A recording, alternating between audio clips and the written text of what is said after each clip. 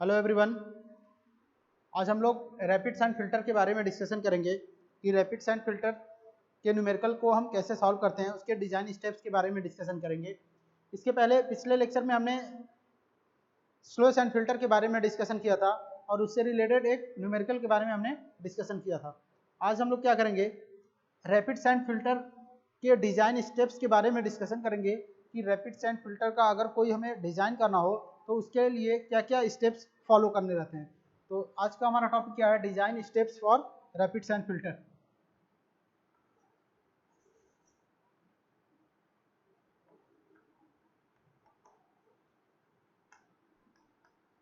Design steps for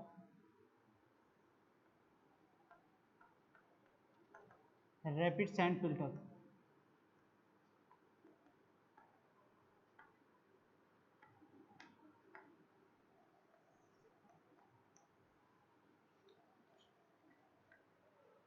पिछले lecture में हमने जो स्लो सैंड फिल्टर के बारे में डिस्कशन किया था तो उसमें हमने कुछ फार्मूला बताया था टोटल एरिया कैलकुलेट करने का। टोटल एरिया, लेंथ, विड्थ और area of each unit. Area of each unit, इसके बारे में हमने अपने पिछले लेक्चर में डिस्कशन किया था स्लो सैंड फिल्टर के बारे में।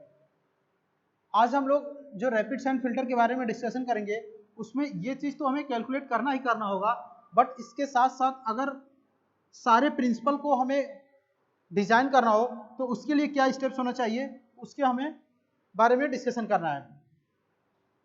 प्रिंसिपल का मतलब क्या हो गया, जब हम रैपिड सैंड फिल्टर कोई हमारा डिजाइन करते हैं तो जैसा कि हमें पता है कि जो हमारा मटेरियल होता है, फिल्टर मटेरियल, उसमें क्या क्या होता है। एक हमारा अंडर ड्रेनेज पाइपलाइन होती है, ठीक। देन उसके बाद हमारा क्या होता है, सैंड ग्रेवल होता है, ये हमारा ग्रेवल होता है।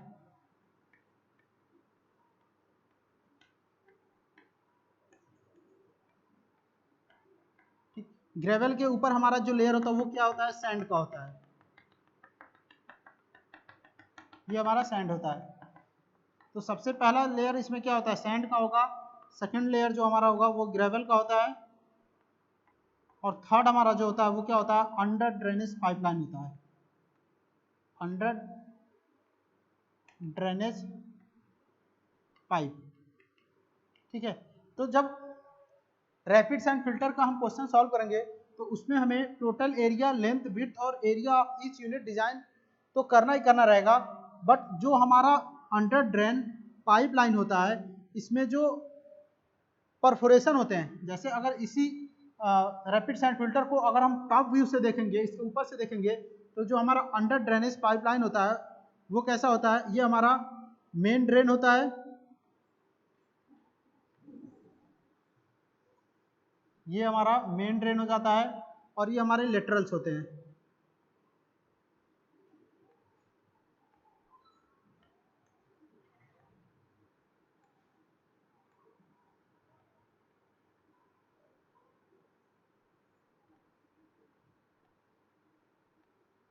ठीक, ये हमारा लेटरल होता है। जब हम इसको टॉप व्यू से देखेंगे तो हमारा जो अंडर ड्रेन पाइप है इस शेप में दिखता है, ये हमारे लेटरल्स होते हैं, इसमें छोटे छोटे परफोरेशंस होते हैं जिससे हमारा वाटर क्या होता है, मेन ड्रेन में कलेक्ट होता है।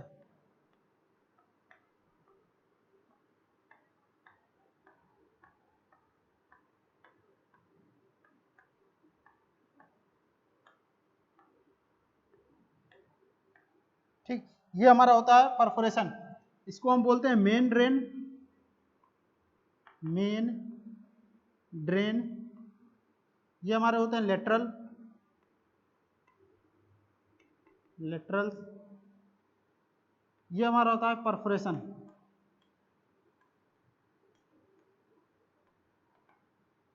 यहां से वाटर हमारा, ये इनलेट चैम्बर होता है, इनलेट चैम्बर, और ये हमारा होता है आउटलेट चैम्बर। Outlet chamber. जब वाटर को हम फिल्टर करते हैं रैपिड सैंड फिल्टर से, तो वाटर जब भी पास होगा सैंड से और ग्रेवल से, जब सैंड और ग्रेवल से वाटर पास हो जाएगा तो ये जो हमारा परफोरेशन है, छोटे छोटे परफोरेशन है, इसमें वाटर क्या होगा, इसके थ्रू फ्लो होकर के लेटरल से होते हुए जो मेन ड्रेन है, इससे वाटर हमारा क्या होता है, फ्लो होता है। और जब ये फ्लो होता है उसके बाद जब ये उसको आउटलेट चैम्बर में हम कलेक्ट करके डिसइंफेक्शन प्रोसेस के लिए हम आगे की तरफ फॉरवर्ड कर देते हैं। तो जब भी वाटर फिल्टर होगा तो जब ग्रेवल से वाटर पास होगा, ग्रेवल से पास होने के बाद जो हमारा परफोरेशन है वाटर इसमें आएगा, इससे होते हुए लेटरल में जाएगा, लेटरल के बाद हमारा मेन जो ड्रेन है इसमें वाटर क्या होगा, फ्लो होगा। उसके बाद ये जब ट्रीटमेंट हो जाता है, इसका फिल्ट्रेशन हो जाता है, तो इसको हम आउटलेट चैम्बर में कलेक्ट कर लेते हैं। तो ये हमारा लेआउट है, लेआउट अंडर ड्रेन का। अब जब क्वेश्चन हम डिजाइन करेंगे रैपिड सैंड फिल्टर का, तो अगर उस क्वेश्चन में ये पूछेगा कि सारे कंपोनेंट्स के डिजाइन के बारे में डिस्कशन करने के लिए बोलेगा, तो उस क्वेश्चन में हमें टोटल एरिया, लेंथ, विड्थ और area of each unit calculate करने के साथ साथ हमें जो भी लेआउट ऑफ अंडर ड्रेन है, इसमें जो भी कंपोनेंट्स हैं, सारे कंपोनेंट्स के बारे में हमें डिस्कशन करना रहेगा। तो इसमें हमें क्या क्या चीज़ कैलकुलेशन करना रहता है, जो ये परफोरेशन है इसका डाया, उसके बाद जो हमारा लेटरल्स होगा, चूंकि ये पाइपलाइन है तो कैसा होगा, शेप में सर्कुलर होगा। लेटरल्स के बारे में भी हमें कैलकुलेशन करना रहेगा।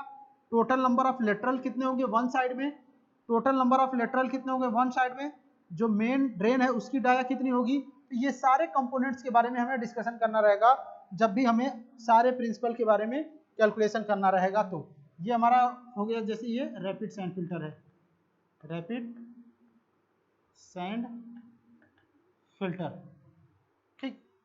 तो इन सारे कंपोनेंट्स के बारे में हमें डिस्कशन करना है आज के लेक्चर में। तो इसको आप लोग नोट कर लीजिए, फिर इसमें हम डिस्कशन करते हैं कंपोनेंट्स के बारे में, क्या क्या हमें कैलकुलेशन करना रहेगा।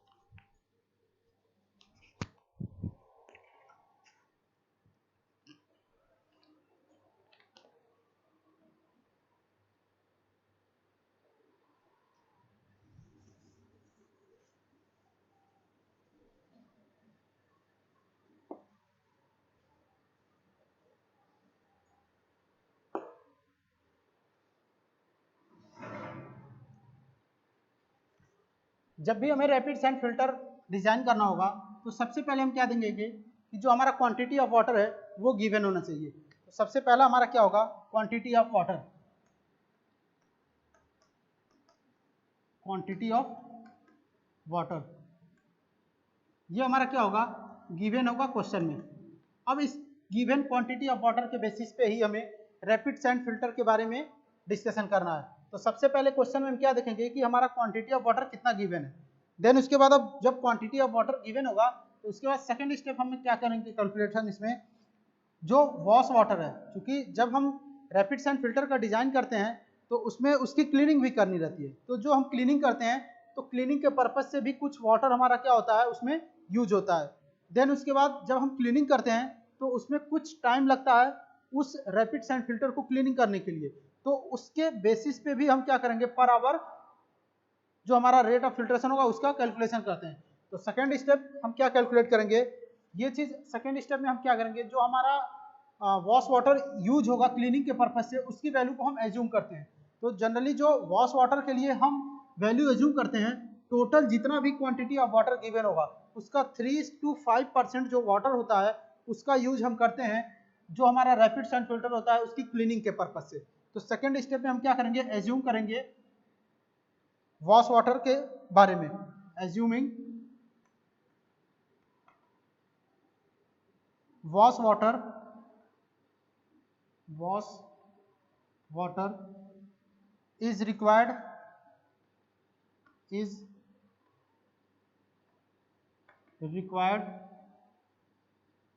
for washing the filter। कितना हम इसको अज्यूम करेंगे 3 to 5%। टोटल जो भी हमारा क्वांटिटी ऑफ वाटर होगा उसका 3 to 5% किस पर्पज से हम यूज करेंगे फिल्टर की वॉशिंग के लिए। थर्ड स्टेप, जब हम इसमें वॉशिंग का क्वांटिटी एज्यूम कर लेंगे तो हम उसके बाद कैलकुलेट करेंगे total filtered water required per day. उसके बाद हम कैलकुलेट करेंगे total filtered water required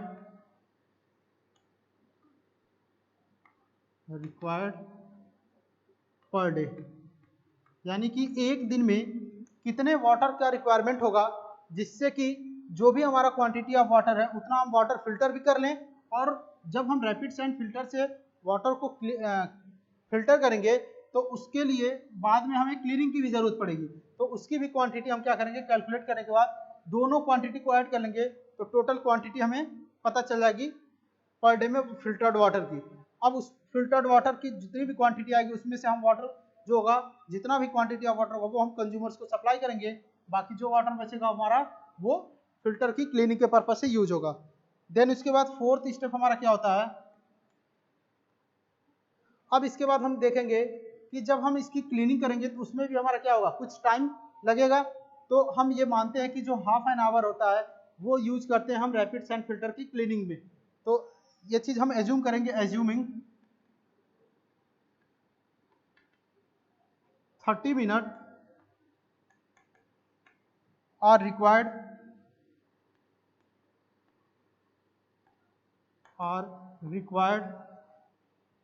in washing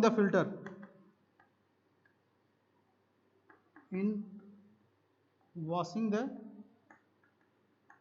filter, आधे घंटे हम किस पर्पज से यूज करेंगे फिल्टर की वॉशिंग के लिए। तो जब हम आधे घंटे हम यूज कर लेंगे फिल्टर की वॉशिंग के लिए, तो जैसा कि हमें पता है कि पर डे में यानी कि 24 घंटे हमारे होते हैं, तो अगर हमें पर आवर की क्वांटिटी कैलकुलेट करनी होगी तो पर आवर की कैलकुलेशन के लिए हम क्या करते हैं 24 से डिवाइड करेंगे तो हमें एक घंटे की क्वांटिटी पता चल जाएगी। लेकिन जब हम 30 मिनट हम वॉशिंग में यूज कर देंगे तो ये 30 मिनट हम इसमें से क्या करेंगे माइनस कर देंगे। जब 30 मिनट माइनस करेंगे हमारे पास बचेगा 23.5 आवर्स। तो जब हम 23.5 आवर्स से हम इसको डिवाइड करेंगे तो हमें पर घंटे की क्वांटिटी पता चल जाएगी कि एक घंटे में हमें कितना वाटर की जरूरत है। ठीक, तो नेक्स्ट हमारा स्टेप होगा पांचवा, calculate the filtered water required per hour. Calculate the filtered water required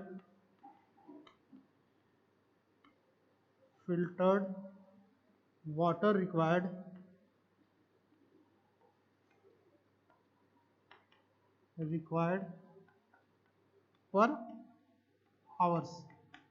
ठीक है, तो इसके लिए हम क्या करेंगे 23.5 से डिवाइड करेंगे क्योंकि हाफ एन आवर हम किस पर्पज से यूज कर रहे हैं फिल्टर की वॉशिंग के लिए। ठीक, तो यहां से हमें पर आवर की क्वांटिटी हमें क्या होगी पता चल जाएगी। देन उसके बाद हम क्या करेंगे, छठवां हमारा स्टेप्स क्या होगा, टोटल एरिया हम कैलकुलेट करेंगे फिल्टर वाटर का कितना जरूरत है। Total area of filter equals to maximum daily demand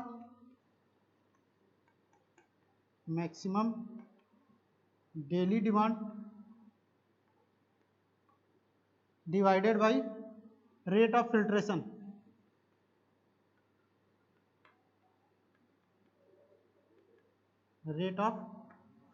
इस फार्मूले से हम टोटल एरिया हम कैलकुलेट कर लेंगे फिल्टर की।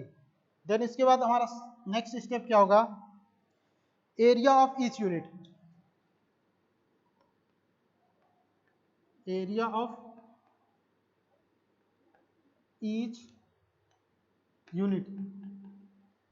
क्योंकि जब भी हम रैपिड सैंड फिल्टर डिजाइन करेंगे तो हम उसमें मिनिमम 2 यूनिट हमेशा हम क्या करते हैं, डिजाइन करेंगे। मिनिमम जो है 2 यूनिट हम डिजाइन करेंगे ही। 2 यूनिट इसलिए हम डिजाइन करते हैं कि अगर हम जब हाफ एन आवर्स के लिए हम उसकी क्लीनिंग करेंगे तो जो हमारा दूसरा यूनिट होगा उसका हम यूज कर सकते हैं वाटर के फिल्ट्रेशन के लिए। इसलिए हम क्या करेंगे, मिनिमम 2 यूनिट इसमें हम डिजाइन करेंगे ही करेंगे। तो जब मिनिमम 2 यूनिट हम डिजाइन करेंगे तो हर एक यूनिट का अलग अलग क्या होगा, एरिया, लेंथ और विड्थ होगा। तो उसके अकॉर्डिंग हम क्या करेंगे, जब टोटल एरिया हम कैलकुलेट कर लेंगे तो उसके बाद हम क्या करेंगे, जो भी टोटल एरिया आएगा उसको हम डिवाइड कर देंगे जितने नंबर ऑफ यूनिट्स रहेंगे उससे, तो हमें एरिया ऑफ ईच यूनिट की वैल्यू पता चल जाएगी। तो area of each unit equals to क्या हो जाएगा, total area divided by number of units. जितने यूनिट्स हमें डिजाइन करने रहेंगे उससे हम इसमें क्या करेंगे, डिवाइड कर देंगे।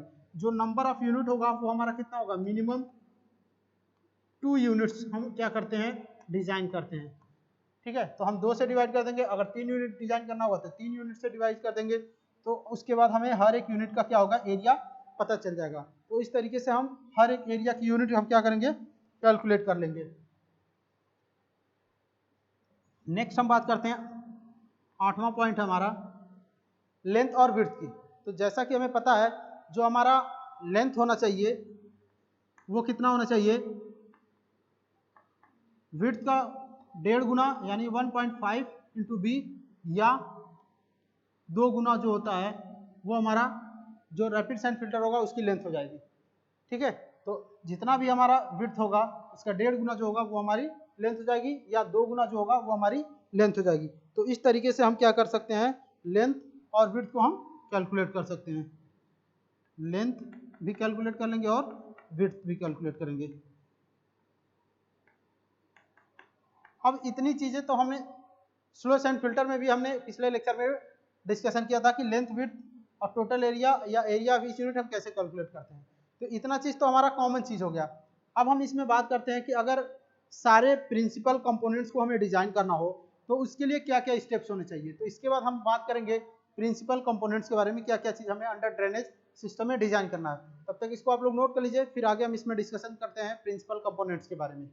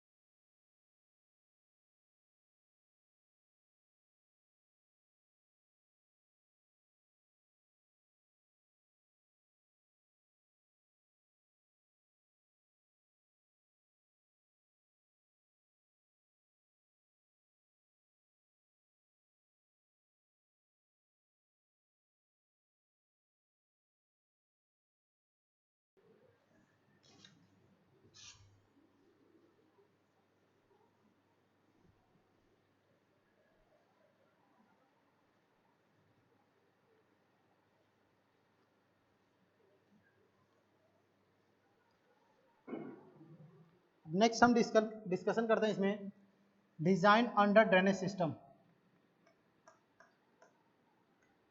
Design under drainage system. अभी हमने इसका एक लेआउट बनाया था अंडर ड्रेनेज सिस्टम का।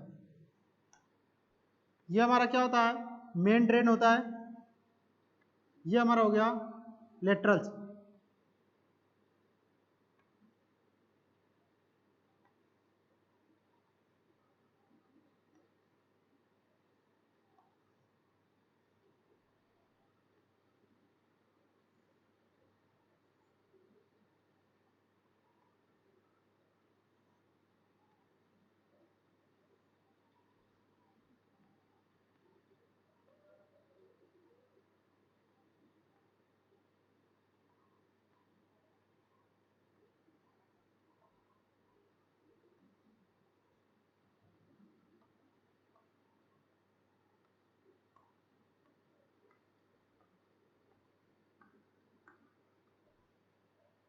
ठीक है। यहाँ हमारा क्या होता है, इनलेट चैम्बर होता है और ये हमारा आउटलेट चैम्बर होता है।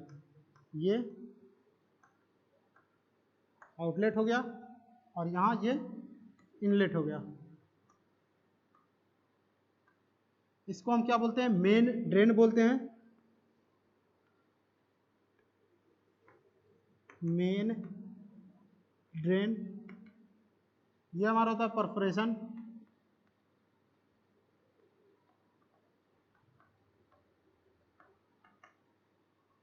ये हमारा होता है लेटरल्स।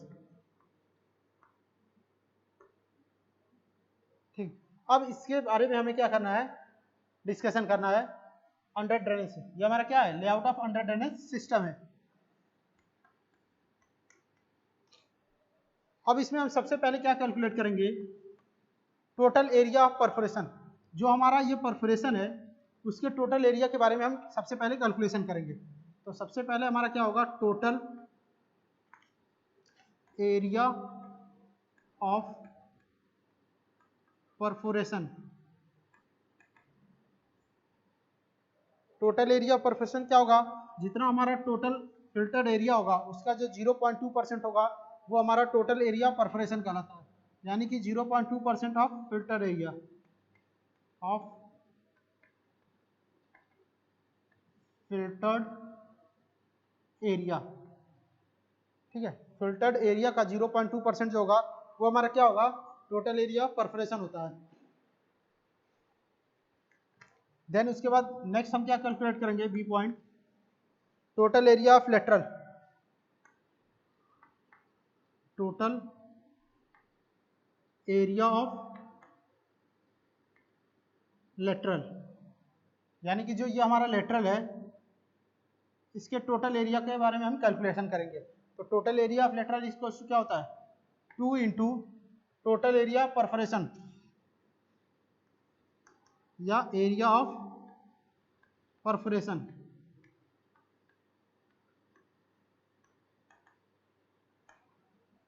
ठीक, नेक्स्ट हम क्या कैलकुलेट करेंगे, C point, calculate the total area of manifold. Manifold हमारा क्या होगा, ये मेन जो ड्रेन है ये हमारा मैनीफोल्ड कहलाएगा। तो नेक्स्ट हम कैलकुलेट करेंगे, calculate total area of manifold. Total area of manifold. Total area of manifold equals to क्या हो जाएगा, 2 into total area of lateral. 2 into total area of lateral. Total area of lateral. ठीक है, next हमारा point क्या, हमें calculation करना रहेगा, dia of manifold. Dia of manifold. Dia of manifold calculate करने के लिए हमें क्या करना रहेगा, जैसा कि हमें पता है कि जो हमारी पाइप है वो किस शेप में है, सर्कुलर शेप में है। तो यहाँ हमें पता है कि एरिया इक्वल टू क्या होता है, π/4 इंटू डी स्क्वायर। अब यहाँ पे हम जब एरिया कैलकुलेट कर लेंगे मैनीफोल्ड का यहाँ से, तो एरिया हम ए की जगह पुट करेंगे वैल्यू, ए पुट करने के बाद हम यहाँ से डी की वैल्यू फाइंड आउट कर सकते हैं। तो इसको हम लिख सकते हैं D equals to √4 into A divided by pi. ये हमारा हो जाएगा डी को कैलकुलेट करने का फॉर्मूला। डी की जो वैल्यू आएगी वो क्या हमारी क्या कहलाएगी, मैनीफोल्ड की डाया हो जाएगी। नेक्स्ट हम कैलकुलेट करेंगे ई point, number of lateral. Next हमारा क्या कैलकुलेशन करना रहेगा, calculate the number of lateral. Number of lateral.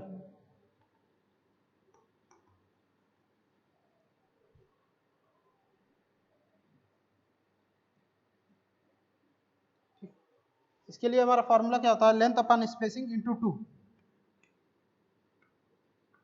Length upon spacing into 2। 2 से मल्टीप्लाई क्यों कर रहे हैं, जब नंबर ऑफ लेटरल, ये हमारे क्या है लेटरल्स हैं सारे, तो नंबर ऑफ लेटरल कैलकुलेट करेंगे तो जब हम वन साइड का नंबर ऑफ लेटरल कैलकुलेट कर लेंगे तो उसको में क्या करेंगे, जब 2 से मल्टीप्लाई करेंगे तो हमें बोथ साइड का जो नंबर ऑफ लेटरल है, टोटल नंबर ऑफ लेटरल, वो हमें पता चल जाएगा। अब बात हम करते हैं स्पेसिंग की। जो हमारा लेटरल है, दो लेटरल के बीच की स्पेसिंग हमारी कितनी होती है, 15 सेंटीमीटर से 30 सेंटीमीटर के बीच में हम क्या करते हैं, स्पेसिंग रखते हैं। तो सेंटर टू सेंटर डिस्टेंस हमारा कितना हो जाता है, centre to centre distance between two laterals equals to होता है 15 से 30 सेंटीमीटर। ठीक है, ये हमारा दो लेटरल के बीच में यहाँ से सेंटर टू सेंटर डिस्टेंस हो जाएगा 15 सेंटीमीटर से 30 सेंटीमीटर तक। ठीक है, तो यहाँ इसमें से हम कोई वैल्यू एज्यूम कर लेंगे स्पेसिंग का, उसको क्या करेंगे, लेंथ में डिवाइड कर देंगे और 2 से मल्टीप्लाई कर देंगे, तो कितना हमारा टोटल नंबर ऑफ लेटरल है ये वैल्यू में पता चल जाएगी। ठीक, इसको आप लोग नोट करिए, फिर इसके बाद आगे इसके बारे में हम डिस्कशन करते हैं।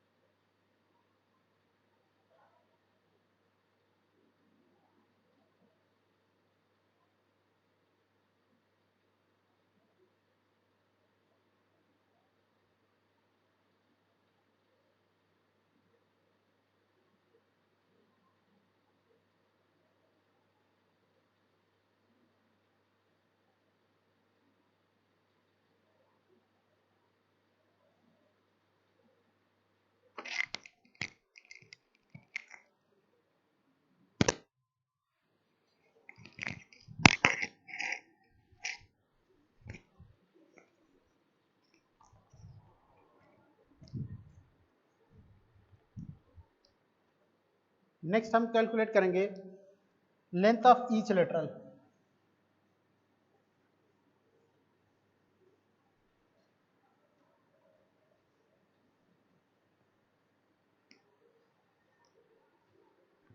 नेक्स्ट हमारा पॉइंट क्या हो जाएगा, calculate the length of each lateral. Calculate the length of each lateral, length of each laterals, यानी कि जो ये हमारी लेटरल है इसकी लेंथ हम कैलकुलेट करेंगे। ठीक, कितनी होगी, इसके लिए हमारा फॉर्मूला होता है width of filter, width of filter divided by 2 minus dia of manifold, dia of manifold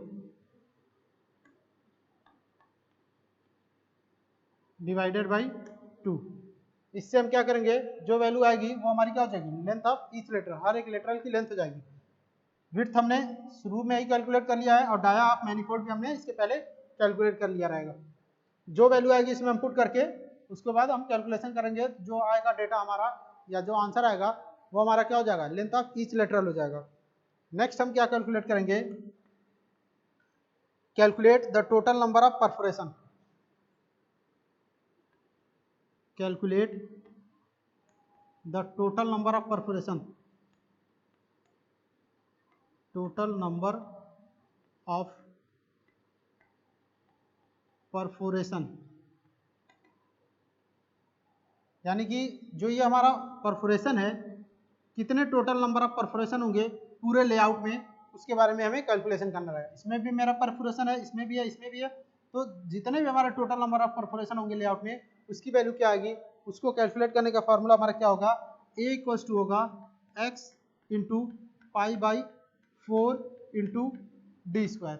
अब यहाँ पे ए एरिया हो जाएगा परफोरेशन का, जो कि हमने शुरू में कैलकुलेशन किया रहेगा।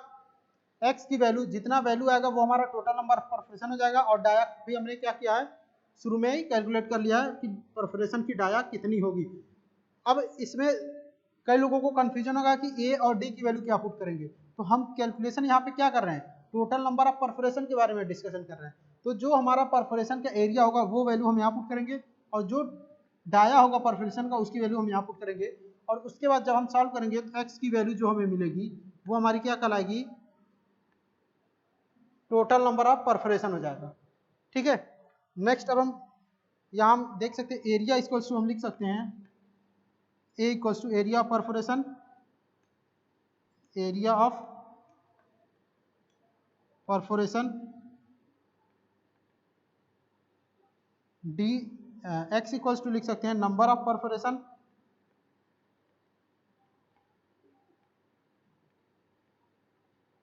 परफोरेशन और D dia of perforation, dia of perforation. Generally जो हम डाया कभी कभी एज्यूम भी करते हैं, तो उसकी जो डाया होती है परफोरेशन की, ये जो परफोरेशन है इसकी डाया जो होगी जनरली 6 mm से 13 mm तक हम डाया परफोरेशन एज्यूम कर सकते हैं। ठीक है, ये हो जाएगा हमारा total number of perforation calculate करने का फॉर्मूला। अब हम नेक्स्ट कैलकुलेट करेंगे number of perforation in each lateral. Calculate number of perforation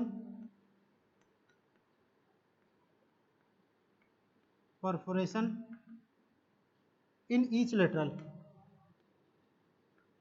in each lateral. इसके लिए हमारा फॉर्मूला क्या हो जाएगा, total number of perforation divided by total number of lateral, total number of perforation divided by total number of lateral.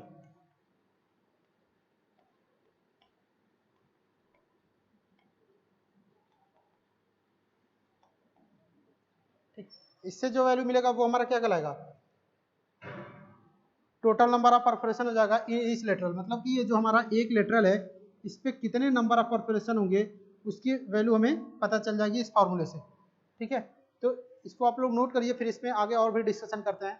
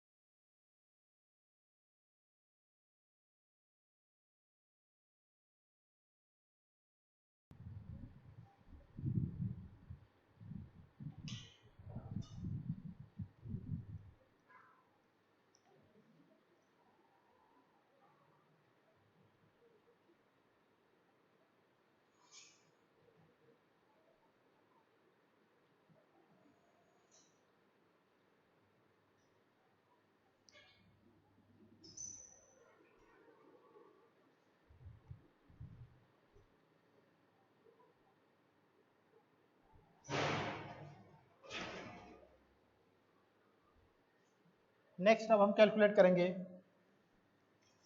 Area of perforation per lateral.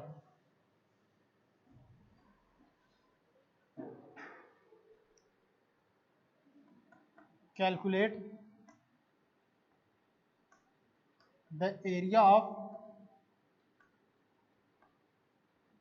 Perforation per lateral.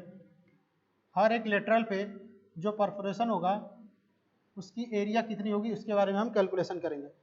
तो उसके लिए formula हमारा क्या होगा, नंबर ऑफ परफोरेशन, जो value हम यहाँ से कैलकुलेट करेंगे, number of perforation in each lateral, number of perforation in each lateral, in each lateral into 5/4 into D square, 5/4 into D square. अब यहाँ पे परफोरेशन की डाया को फिर से हमें जो वैल्यू एज्यूम करेंगे स्टार्टिंग में वही वैल्यू हम रखेंगे। तो यहाँ हम जनरली कितना डाया एज्यूम करते हैं, इसकी रेंज कितनी होती है, 6 mm से 13 mm के बीच में इसकी जो डाया होगी हम एज्यूम कर सकते हैं। ठीक, देन उसके बाद अब हम क्या कैलकुलेट करेंगे, एरिया ऑफ ईच लेटरल, मतलब एक लेटरल, जो ये एक लेटरल है इसकी एरिया हम कैसे कैलकुलेट करेंगे। उसका फॉर्मूला क्या होता है हमारा, 2 into area of perforation, area of each lateral, each lateral equals to 2 into area of perforation per lateral, area of perforation per lateral. Area of perforation per lateral हम यहाँ से वैल्यू कैलकुलेट करेंगे, वो value यहाँ put करके 2 से multiply करेंगे तो जो डेटा आएगा वो हमारा क्या होगा, एरिया ऑफ ईच लेटरल, यानी कि एक लेटरल, जो ये हमारा एक लेटरल है इसका एरिया हमें पता चल जाएगा। इसके बाद हम क्या करेंगे, dia of each lateral calculate करेंगे, यानी कि इसकी डाया, क्योंकि ये क्या हमारा पाइप है तो ये सर्कुलर शेप में होगा, उसकी डाया हमें कैलकुलेट करनी पड़ेगी। तो डाया ऑफ ईच लेटरल कितना हो जाएगा, dia of each lateral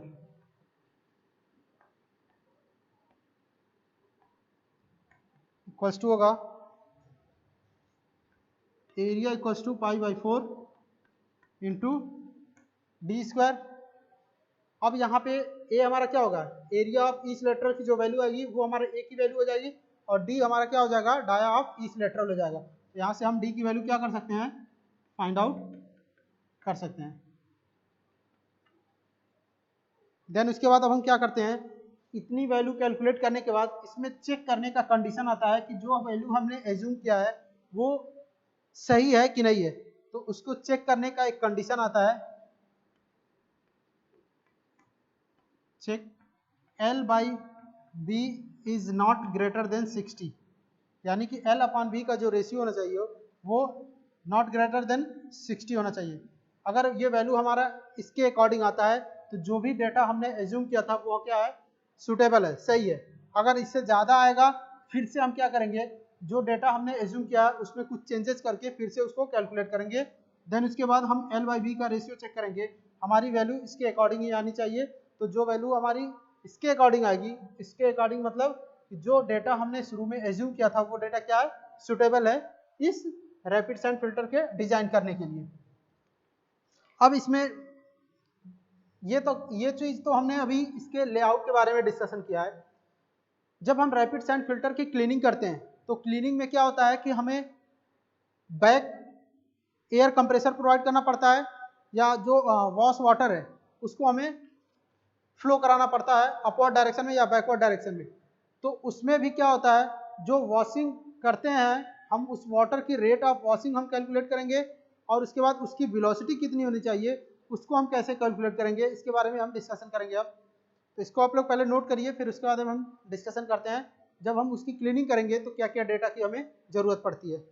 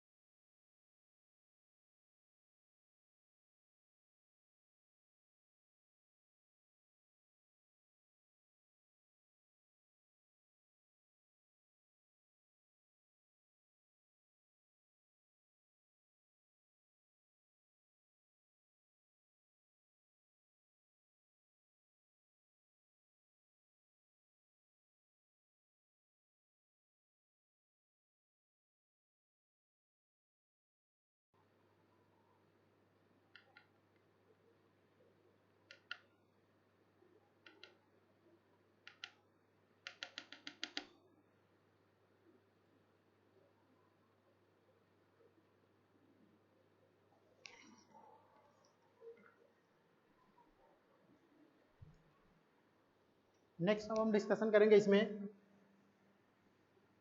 back washing या वॉश वाटर के बारे में।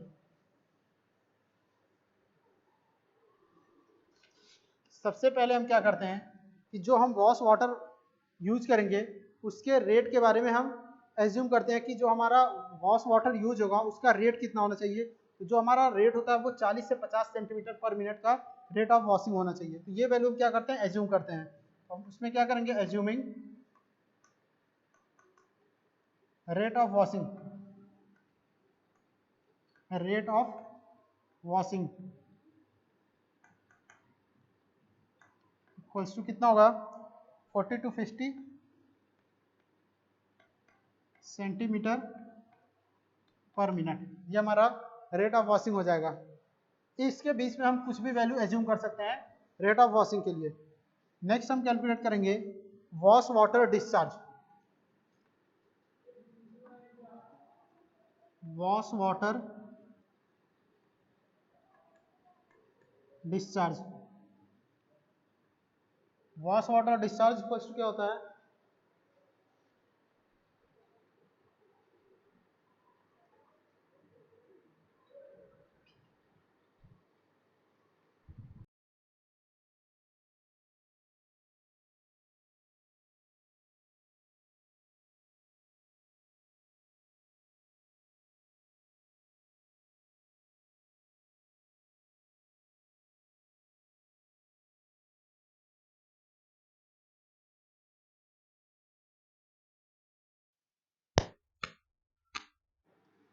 Wash water discharge equals to क्या हो जाएगा, रेट ऑफ वॉशिंग,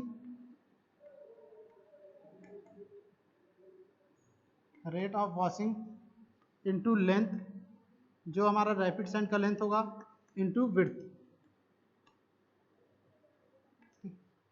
जब इसको हम सॉल्व करेंगे तो वॉश वाटर डिस्चार्ज की वैल्यू हमें पता चल जाएगी। नेक्स्ट हम क्या कैलकुलेट इसमें करते हैं, velocity of flow in the lateral, velocity of flow in the lateral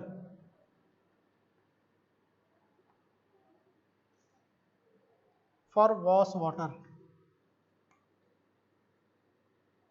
wash water. इसके लिए फॉर्मूला हमारा क्या होता है, wash water discharge, wash water discharge divided by total number of lateral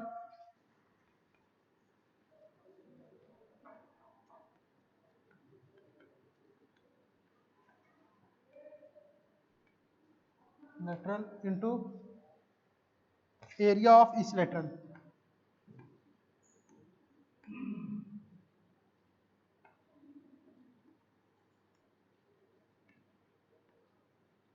ठीक, यहां से हम वेलोसिटी ऑफ फ्लो कैलकुलेट कर सकते हैं लेटरल में।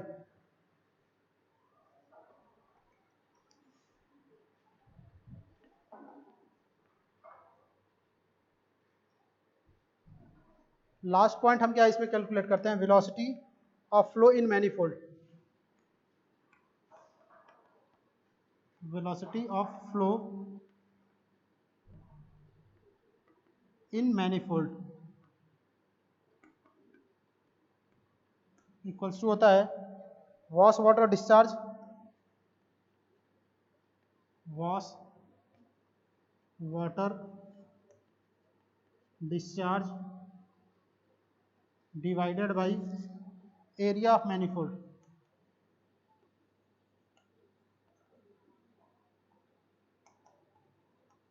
ठीक है, इससे हम क्या कैलकुलेट कर सकते हैं, जो हमारी मैनीफोल्ड में वेलोसिटी होगी उसकी। यहाँ पे हमने जो वैल्यू, ये फार्मूला लिखा है velocity of flow in lateral, जो ये हमारा लेटरल है, इस लेटरल में जब हम क्लीनिंग करेंगे तो उसकी वेलोसिटी कितनी होनी चाहिए, उसको हम कैलकुलेट किससे करते हैं, wash water discharge divided by total number of lateral into area of each lateral. अब उसके बाद है velocity of flow in manifold, ये जो हमारा मैनीफोल्ड है इसमें इसकी वेलोसिटी कितनी होनी चाहिए, उसके लिए फार्मूला हमारा क्या होता है, wash water discharge divided by area of manifold. Area of manifold हमने शुरू में ही कैलकुलेट किया हुआ है, तो इस फार्मूले से हम velocity of flow in manifold calculate कर सकते हैं। ये हमारा डिजाइन स्टेप्स हो गया रैपिड सैंड फिल्टर के लिए सभी कंपोनेंट के साथ। तो अगर क्वेश्चन में जब भी ये पूछेगा कि हमें एक रैपिड सैंड फिल्टर डिजाइन करना है जिसमें हर एक कंपोनेंट के बारे में कैलकुलेशन करना हो, तो उसके लिए हम इन सारे स्टेप्स को क्या करेंगे, फॉलो करेंगे और रैपिड सैंड फिल्टर के डिजाइन को डिस्कशन करेंगे। ये हमारा हो गया design steps for rapid sand filter. इसके बाद अपने नेक्स्ट लेक्चर में हम इसी से रिलेटेड कुछ न्यूमेरिकल के बारे में डिस्कशन करेंगे कि कैसे हम रैपिड सैंड फिल्टर का डिजाइन करते हैं। तो इसको आप लोग नोट कर लीजिए।